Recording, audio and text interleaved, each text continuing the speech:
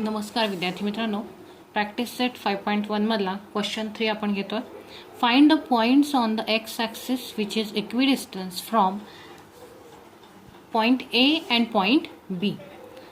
बघा, एक्स ॲक्सिसवरती असा आपल्याला पॉइंट शोधायचा आहे की जो पॉइंट ए आणि बी या पॉईंट्सपासून इक्विडिस्टन्स अंतरावरती असणार आहे. इक्विडिस्टन्स याचा अर्थ सारख्या अंतरावर असणार आहे. सपोज आपण समजूया, आता ए हा पॉईंट कुठे येईल तर -3 आणि 4, इथे -3 आणि या ठिकाणी 4, ठीक, इथे तो पॉईंट असणार आहे. ए पॉईंट -3 आणि 4. हे मी रफ वर्क करते, हे तुम्हाला एक्सप्लेन करण्यासाठी देते. हे क्वेश्चन सॉल्व करताना त्याच्यात लिहिण्याची गरज नाही. दुसरा आहे पॉईंट बी 1 - 4. बघा, 1 आणि -4 म्हणजे या ठिकाणी तो पॉईंट असणार आहे.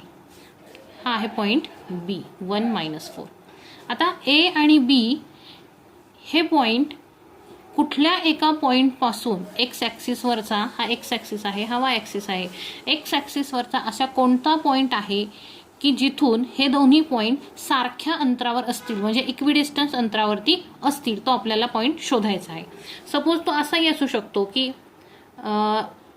ए पासून -3 आणि -3 पासून बी जोडला तर हे इक्विडिस्टन्स येऊ शकतं, किंवा आणखीन कोणते वेगवेगळे पॉईंट आपण जोडले तर ते दोन्ही पॉईंट सारख्याच अंतरावरती येतील, असा पॉईंट आपल्याला शोधायचा आहे.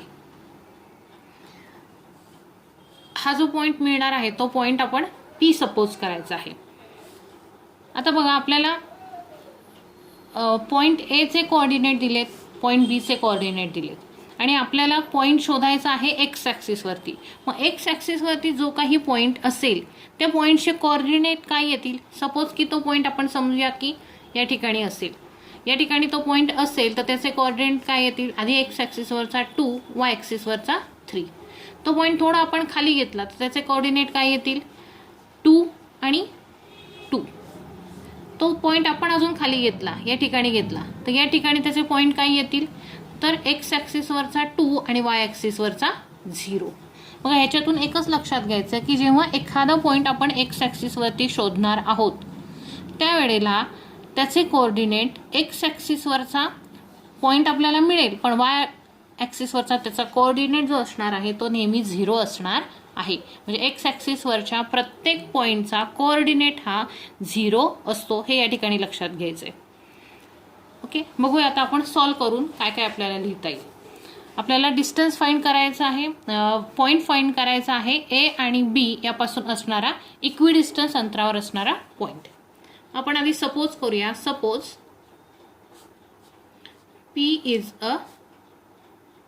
P is any point on x axis which is equidistance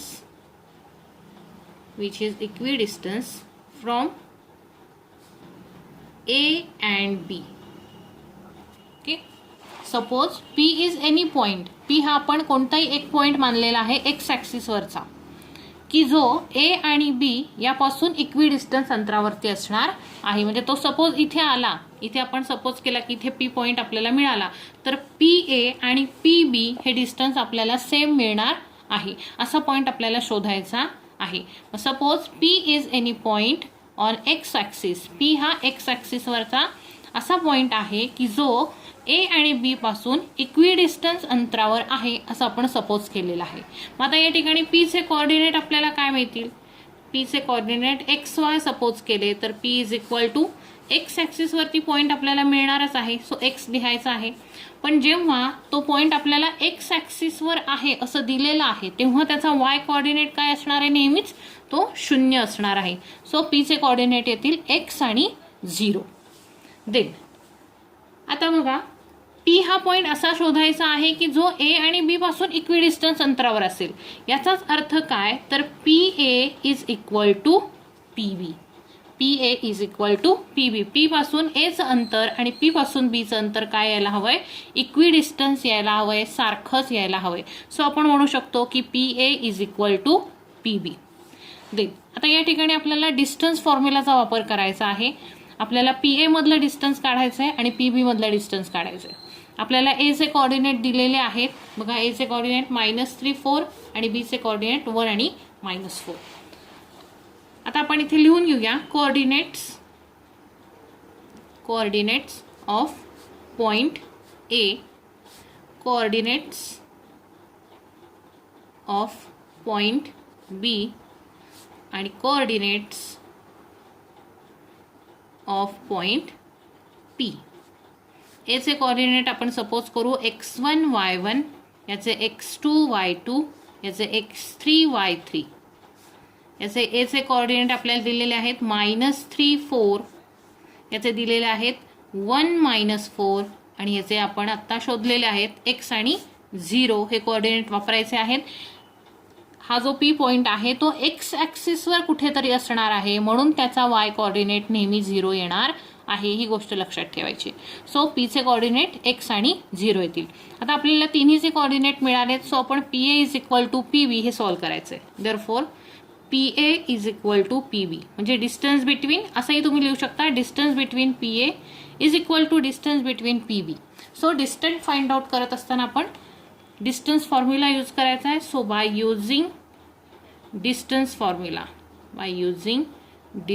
formula therefore √PA मधला डिस्टन्स शोधायचा असेल तर P चे कोऑर्डिनेट आणि A चे कोऑर्डिनेट यांचा विचार करायचा आहे. ते आहेत x3 y3 आणि x1 y1. So x3 - x1 bracket square plus y3 - y1 bracket square is equal to, आता PB मधला डिस्टन्स शोधताना P आणि B चे कोऑर्डिनेट लक्षात घ्यायचे आहेत x3 y3 आणि x2 y2. So x3 - x2 bracket square plus y2 - y1 y3 - y2 bracket square. Coordinates नीट पाहून लिहा. आता बघा इकडेही स्क्वेअर रूट आलाय, इकडेही स्क्वेअर रूट आलाय. दोन्हीकडचं स्क्वेअर रूट आपण ऑलरेडी फर्स्ट स्टेपलाच कॅन्सल करूयात. आपण इथे करून घेऊया स्क्वेअरिंग बोथ साइड्स म्हणजे दोन्हीकडचं स्क्वेअर रूट आपलं कॅन्सल होऊन जाईल. प्रत्येक वेळेला आपल्याला ते काढत बसायला नको. दोन्हीकडचं स्क्वेअर रूट स्क्वेअरिंग जर केलं तर काय येणार आहे x3 - x1 bracket square plus y3 - y1 bracket square is equal to x3 - x2 bracket square plus y3 - y2 bracket square. दोन्हीकडचे स्क्वेअर रूट कॅन्सल झाले. आता आपण व्हॅल्यू पुट करूया. x3 ची व्हॅल्यू बघा काय दिली, x दिली आहे. सो x - x1 म्हणजे मायनस ब्रॅकेटचा स्क्वेअर, x -3 ब्रॅकेटचा स्क्वेअर प्लस y3 काय दिलेला आहे 0 मायनस y1 करायचा आहे 4, 0 - 4 bracket square. Then x3 - x2, x3 आहे x - x2 दिलेला आहे 1, x - 1 bracket square plus y3 - y2, y3 काय आहे 0 मायनस y2 आहे -4 आणि ह्याचा होल स्क्वेअर. इथे आपण होल स्क्वेअर लिहिलेला आहे. देअरफॉर आता ब्रॅकेटमधला सॉल्व्ह करू. x इथे मायनस आलाय सो इथे प्लस होईल x +3 ब्रॅकेट स्क्वेअर प्लस आता इथे 0 - 4, 0 मधून -4 गेले तर -4च राहणार आहेत आणि -4चा स्क्वेअर करायचा आहे, तो येणार आहे 16. कोणताही निगेटिव्ह नंबरचा स्क्वेअर हा नेहमी पॉझिटिव्ह नंबरच असतो. Then is equal to x - 1 bracket square plus इथे -4चा स्क्वेअर, 0 -4 आहे सो 0 मायनसचं इथे प्लस होईल, 0 + 4, 0 + 4 0च आन्सर येणार आहे. सो 4चा स्क्वेअर डायरेक्ट लिहूया आपण 16. देन आता आपल्याला ही टर्म आणि ही टर्म या ठिकाणी सॉल्व्ह करायची. इथे आपल्याला मागे शिकलेल्याप्रमाणे 2 फॉर्म्युले वापरायचे. बघा इथे मी फॉर्म्युले लिहून देते. हे रफ वर्कच आहे. हा जो एवढा मी चौकोन दाखवलेला आहे हे रफ वर्क आहे. हे आपल्याला उदाहरणात लिहायचं नाही, हे फक्त समजून सांगण्यासाठी दाखवलेलं आहे. इथे मी तुम्हाला फॉर्म्युले लिहून देते. फॉर्म्युले पाठ करायचे आणि वहीत लिहूनही ठेवायचे.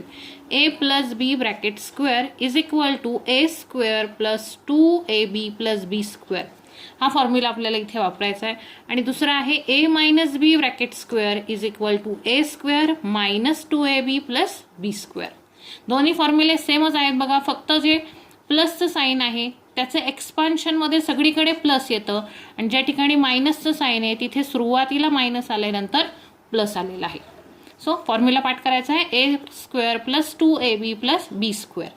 मग आता या ठिकाणी एक्स प्लस 3 ब्रॅकेट स्क्वेअर ह्याला आपण ए सपोज केलं, ह्याला बी सपोज केलं तर त्याचं एक्सपान्शन काय येईल, एचा स्क्वेअर म्हणजेच एक्सचा स्क्वेअर प्लस 2 मल्टिप्लाय ए म्हणजे एक्स मल्टिप्लाय बी म्हणजे 3 आणि प्लस बीचा स्क्वेअर म्हणजे 3चा स्क्वेअर. ही टर्म वेगळी आहे, त्याला ब्रॅकेट टाका आणि प्लस 16 सेपरेटली हा इज इक्वल टू आता एक्स मायनस 1 ब्रॅकेट स्क्वेअर ह्यालाही आपण ए सपोज करू, याला बी सपोज करू. सो ए स्क्वेअर म्हणजेच एक्सचा square minus 2 multiply x multiply 1 okay 2 multiply A multiply B plus बीचा स्क्वेअर म्हणजे 1चा स्क्वेअर. ह्याला सेपरेट ब्रॅकेट टाकायचं आहे आणि प्लस 16 लिहायचं आहे. आता ब्रॅकेट आधी सॉल्व्ह करून घेऊ आपण. एक्स स्क्वेअर प्लस बघा इथे 2 आणि इथे 3 2 3 जा 6x प्लस 3चा स्क्वेअर येणार आहे 9 आणि प्लस हे 60. इकडे एक्स स्क्वेअर मायनस 2x इथे 2 आहेत इथे 1 आहे बघा, ही टर्म मधली जी आहे ती मल्टिप्लिकेशनची आहे.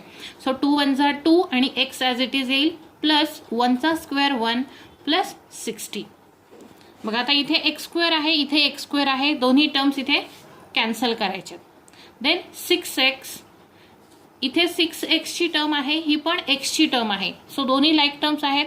मायनस 2x इकडे येतील ते होतील plus 2x is equal to आता इथे 16 प्लस 1 झाले 17 आणि इथे 9 प्लस 16 होतात 25. हे प्लस 25 होतात ते इकडे येताना मायनस 25 होतील. ओके 9 प्लस 16 इथे 25 येतात. मी इथे करत न बसता डायरेक्ट इथे ते सबट्रॅक्ट केलेले आहेत.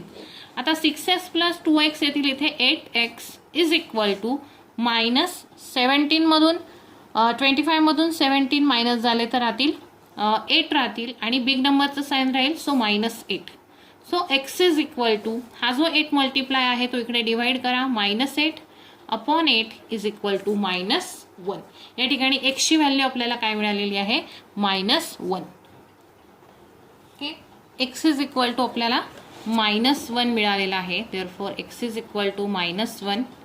इथे जागा नाही आहे, तो मी लास्ट आन्सर इथे लिहिलंय. The coordinates of the point on X axis px0 is equal to p एक्सच्या जागेवरती आपण काढलेली व्हॅल्यू टाकायची आहे -1 आणि 0. म्हणजे -1 हा पॉइंट आपल्याला मिळणार आहे की जो ए पासून आणि बी पासून इक्विडिस्टन्स अंतरावर असणार आहे. म्हणजे इथे जर आपण अशी लाईन ड्रॉ केली तर ही जी लाईन आहे ती इथे पी पॉइंट आपल्याला मिळेल. म्हणजे पी ए डिस्टन्स आणि पी बी डिस्टन्स काय असणार आहे, सेम असणार आहे. पी हा पॉइंट ए आणि बी पासून इक्विडिस्टन्स अंतरावर असणार आहे. या प्रकारे हा क्वेश्चन सॉल्व्ह करायचा आहे. मी तुम्हाला याच्यासाठी रिव्हिजनसाठी अजून 2 प्रश्न देणार आहे, ते तुम्ही सोडवण्याचा प्रयत्न करा. ओके होमवर्कसाठी 2 क्वेश्चन सॉल्व्ह करायचे आहेत बघा. Find the coordinates of point on Y axis which is equidistance from M and N. Y ॲक्सिसवरचा असा पॉईंट तुम्हाला शोधायचा आहे की जो एम आणि एन या पॉईंट्सपासून इक्विडिस्टन्स अंतरावर असणार आहे. मग तुम्हाला सपोज करायचा आहे, सपोज पी म्हणा एन म्हणा कोणतंही लेटर तुम्ही सपोज करू शकता. The point is equidistance from point M and N. त्यानंतर तो जो पॉईंट आपण सपोज केला आहे पी एक्स वाय झेड जो काही आहे त्याचे कोऑर्डिनेट्स तुम्हाला लिहायचे आहेत. आता तो पॉईंट कुठे आहे, वाय ॲक्सिसवरती आहे. मग त्याचे कोऑर्डिनेट्स काय येतील, 0 आणि वाय. जेव्हा एखादा पॉईंट आपल्याला वाय ॲक्सिसवरती दिलेला असतो तेव्हा त्याचे एक्स कोऑर्डिनेट हे 0 असतात आणि जेव्हा एखादा पॉईंट आपल्याला एक्स ॲक्सिसवर दिलेला असतो तेव्हा त्याचे वाय कोऑर्डिनेट 0 असतात. जसं आपण आपल्या ह्या आधीच्या उदाहरणामध्ये पाहिलं बघा, हा जो पॉईंट होता हा पॉईंट आपल्याला एक्स ॲक्सिसवरती शोधायचा होता. सो या ठिकाणी त्याचे कोऑर्डिनेट आपण x0 लिहिले. पण हा पॉईंट जो आपल्याला वाय ॲक्सिसवरती शोधायचा असता तर आपल्या इथे कोऑर्डिनेट काय आले असते 0 आणि वाय आले असते. म्हणजे जेव्हा पॉईंट वाय ॲक्सिसवरचा असतो तेव्हा त्याचा एक्स कोऑर्डिनेट 0 असतो आणि जेव्हा पॉईंट एक्स ॲक्सिसवरचा असतो तेव्हा त्याचा वाय कोऑर्डिनेट 0 असतो. एवढाच बदल इथे करायचा आहे आणि सगळं उदाहरण याच मेथडने सॉल्व करायचं आहे. ओके, सॉल्व करा आणि मला त्याचे फोटो पाठवा.